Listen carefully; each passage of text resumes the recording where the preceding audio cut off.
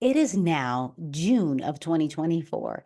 And if you have no idea what generative AI is or ChatGPT, generative pre-trained transformer, go to this video. However, if you have some idea, stick around. And first, subscribe, like, and comment at the end of this video because I think that as educators, we should be in front of ChatGPT because our students are going to learn it. And they're a bit faster than we are sometimes because they typically don't just ask questions, they just go and do. Now, I'm sure there are some educators that are the innovators and the early adopters, and you know what ChatGPT is. But I want to show you something, especially if you are an educator in K-12 and you have to integrate the English language arts standards in whatever content you teach. Because regardless of what that is, students need to be able to read, write, and do research and have conversations about what they're learning. So let's go over to ChatGPT and let me show you what I'm talking about.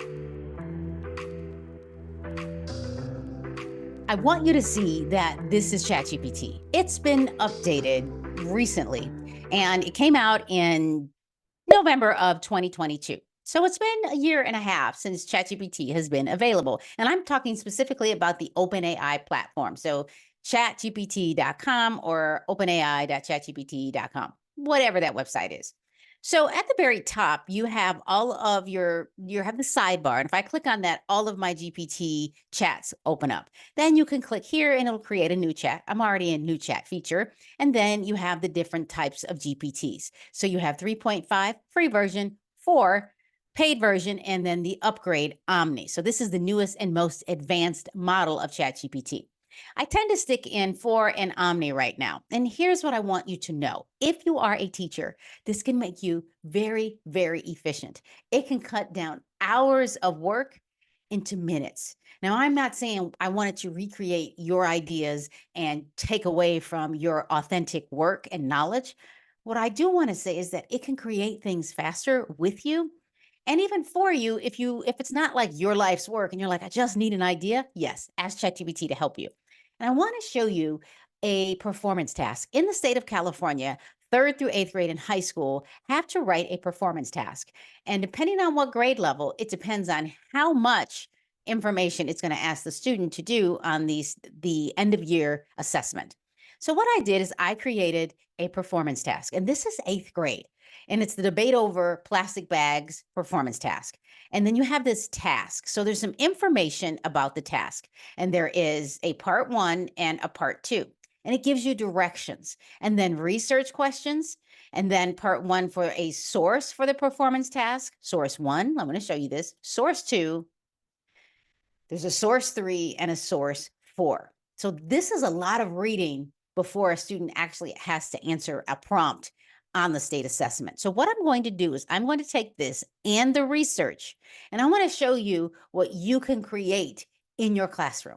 So we're going to go over to ChatGPT, and I'm just going to paste this, okay? Now I'm going to put it in quotes, and the reason why I'm putting it in quotes is just so you can see where it started and ended. You can do this at the beginning and say, use this performance task and create a couple of weeks of lessons to break this down for grade 8 students. Let's just start with that. And it's thinking, and I know that because this over here is pulsating, but if I click this down arrow, it'll start to move with it. So it's given me day 1 instructions, understanding the issue and analyzing sources, like an objective, activities. Day 2, exploring environmental impact. Day 3, understanding economic impacts. Now, if your school district uses learning outcomes and success criteria, you can add that. Add learning, we'll say intentions and success criteria for each day. Be specific and not too much. This is what I like. So it gives me a learning intention, understand prevalence and uses of plastic bags, recognize the initial environmental economic impact of plastic bags. But here's what I wanted to do. Find a state standard and integrate that as a learning intention and success criteria. I am an advocate for students having a background in knowledge because there is a knowledge gap. The economically advantaged talk about knowledge with their kids. I'm not saying the economically disadvantaged don't. I'm saying there is a gap in what students know and don't know after grade 3rd and 4th grade.